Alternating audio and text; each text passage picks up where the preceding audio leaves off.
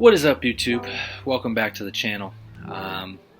It's that time of year. It's the annual time where I make my Steelers rant video after a late season, sometimes mid-season collapse here after the Steelers have lost 3 in a row. There's a lot that we're going to talk about today. I'm going to try to keep it brief. I got some statisticals for you to help put some context into some of the stuff that's going on. I just want to start one thing. This Steelers season, it's been a roller coaster. A lot of highs there early, 10-3, number 1 seed, on the mind. But that really was never realistic. I mean, even looking at the schedule in the beginning of the year, that was never realistic. The final 8 games were the hardest 8-game stretch that any team has really ever seen. All 6 divisional games, 3 games in 10 days, and 2 out-of-conference games being the Eagles and the Chiefs, who are right now looking like front runners for the AFC and the NFC. There for both of those teams. So they were always going to do well in the front half of the season. They were always going to struggle in the back half of the season. They just they did a little bit better than expected and kind of increased some of those expectations. But the core problems with this team still exist. Recently, you could argue a lot of those problems have happened on defense. Whether it's the players or schematically, I think is really where there's been a little bit of an issue. And that leads back to coaching, which we'll talk about.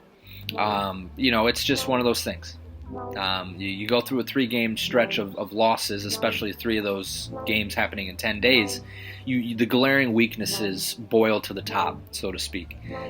So there's been some issues there, and I think it starts with coaching and Mike Tomlin and not preparing the team adequately in those 10-game stretch, getting outclassed by offensive coaches, Andy Reid, and I guess Nick Sirianni is an offensive coach. He's more of a clown to me, but regardless. And then the Ravens as well, getting outplayed there with the division on the line. And now the division is so far away that you can't even see it anymore. So with all that being said, some of the problems I see with this team. This team is going to go one and done in the postseason. The best bet they have is to get a first-round matchup with the Texans, which would involve the Steelers beating the Bengals and the Ravens winning. That would get them a first-round matchup with the Texans. Or the Steelers losing and like the Broncos and the Chargers each not winning 2 games. There's a lot that's going to happen here these final 2 weeks. But regardless, it's most likely a one-and-done season. This team was never built to make a run. No matter how much Tomlin and the media kind of grouping in want to tell you that Russ was the answer for a long-term run for this team. I think a lot of Russ's glaring issues have surfaced the last couple of games, and I don't think that's a coincidence based on the teams that have been played. You know me, I've always been a fan of Fields. I wanted Fields to stay in at QB1 when Russ was healthy. And I think a lot of that stems down to the fact of his physical traits, right? He has the ability to break off runs. He's got the big-time arm. It was just a matter of putting the pieces together.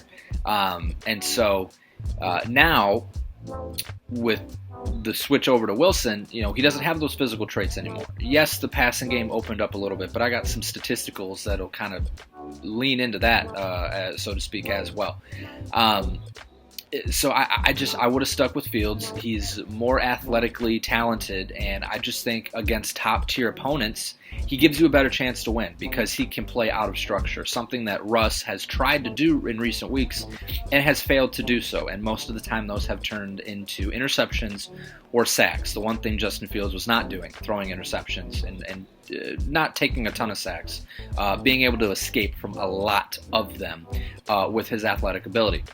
So just going to break down some numbers between Fields and Russ. And I think the big key on why I'm harping on this is because the Steelers cannot make the $40 million mistake of re-signing Wilson.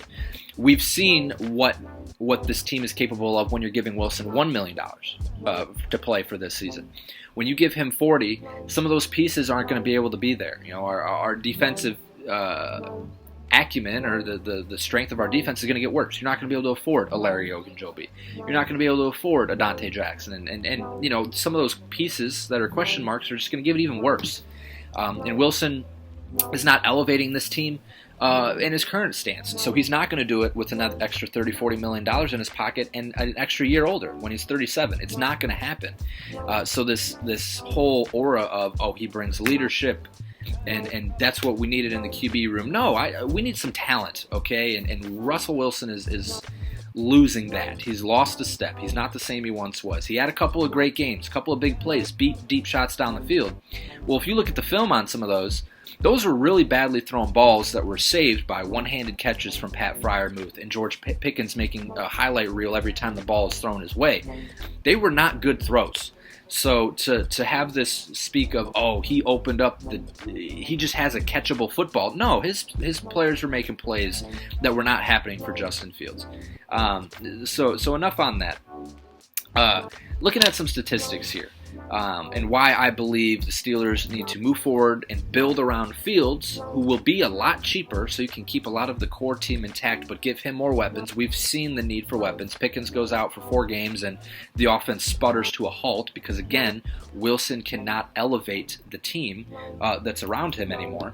So looking at some statistics. So when Fields played, he went 4-2. Okay, he played the Falcons, the Broncos, the Chargers, the Colts, the Cowboys, the Raiders. Okay, with the losses coming against the Colts and the Cowboys, both games of which were very winnable. Cowboys, they win on a last-second play on the red zone. That's the defense not getting a stop there. Colts, Steelers are driving, bad snap, hits Fields in the face mask, or mistimed snap, and they lose that game. Fields very easily, 2 plays away from being 6-0. But regardless, football's football, 4-2, that's fine. The average rank of the defenses he played was 17. Okay, the Falcons were ranked 20th. Broncos and Chargers both top 5 in points per game, 4 and number 2. Colts were 23. Cowboys are now 30, and the Raiders are 27. So a couple of those teams. Cowboys had a better defense earlier in the year. They lose Dak. That team goes to crap. Okay, we get that. Wilson came in against the Jets and lit up the Giants as well, right? And everyone's like, oh, Tomlin is so smart. Russell Wilson is the answer. Well, points per game, Jets 16, middle of the pack, Giants 25. Okay, let's not pretend like he was facing some juggernauts. Okay, yeah, he had a great game against some pretty bad teams. Okay, let's be realistic. In that Jets game, Ask Gill was about 2 plays from getting away from the Steelers. Okay, but the Jets is the Jets. They let that one get away from themselves, and then Russell Wilson has a second half to bring the Steelers back and win that ball game in a game, honestly, was very close from slipping from their fingertips. And then they beat up on the Giants, who are the 25th ranked team. And some other teams that Russell has played, the Browns twice with the 26th ranked defense, and the Bengals with the 28th ranked defense. So a lot of cupcake teams in that early span when Wilson was getting wins. They're like, oh, 4-0 with Wilson, 5-0 with Wilson, 6-0 with Wilson. But then guess what? You start to play some playoff teams, right? Eagles, the number 5th ranked defense. Ravens, for the second time, the number 12th ranked defense. Chiefs, number 1 ranked defense. And what do, Russell Wilson? You go 0-3. You lose all 10 of those games. You throw back-breaking interceptions. You fumble the ball. You give the ball away, and the Steelers lose. That's never how the Steelers are built. You're not going to run with teams if you give the football away. Their whole thing is having a positive turnover differential. That's how they win football games. So let's dive into those numbers. When you rank them side by side, both Fields and Wilson averaged the number 17 ranked defense. That's kind of the law of numbers and averages. You're going to face the middle of the league on average. But let's look at those 2 games that each quarterback's played against the top 5 points per game defense. Fields played the Broncos and the Chargers, ranked 4 and 2 respectively. And then Wilson played the Eagles, which are ranked 5, and the Chiefs, ranked number 1. Okay, so they each played 2 games against a top 5 ranked defense. Let's look at the numbers. Points per game, Fields in the offense, 17. Not the greatest, all right, but top 5 teams, whatever. Wilson, 11 points per game against those top 5 teams. And when you dive into that a little bit further, doesn't take much. Fields, 2-0. Wilson, 0-2 against top 5 defenses. So I just think it takes a little bit of context to use the brains that we've been given and not just say, oh, Wilson's been lighting up the box score. He's opening up the passing game. Well, what happens when you face a playoff team and it comes down to it? Wilson, 0-2, sputters on Christmas Day, gets embarrassed in Philly. Gives up the game against the Ravens. They're a number 12 ranked defense, but nonetheless gives the game away with the pick six and a fumble on the goal line. Fields 2-0, throws a game-winning touchdown against the Chargers over the middle of the field, and then the Broncos. That wasn't a pretty game by any stretch of the imagination, but doesn't turn the ball over. Has a couple of deep touchdowns wiped off the board by some holding calls, but the Steelers win that game nonetheless. So I just think the recipe is not going to be Wilson moving forward for this team. The recipe is Fields. I think the best thing that could happen to this team is another little calf strain or a rolled ankle to see what Fields for Wilson, to see what Fields can give you against Week 18, the Bengals, and your first round playoff opponent. See what he's got. But the answer is not giving Russell Wilson $40 million a year. I don't care how desperate you are. I would extend Fields for a lot cheaper than that, or do something else. But the answer is not Russell Wilson. He's old. He doesn't have it anymore.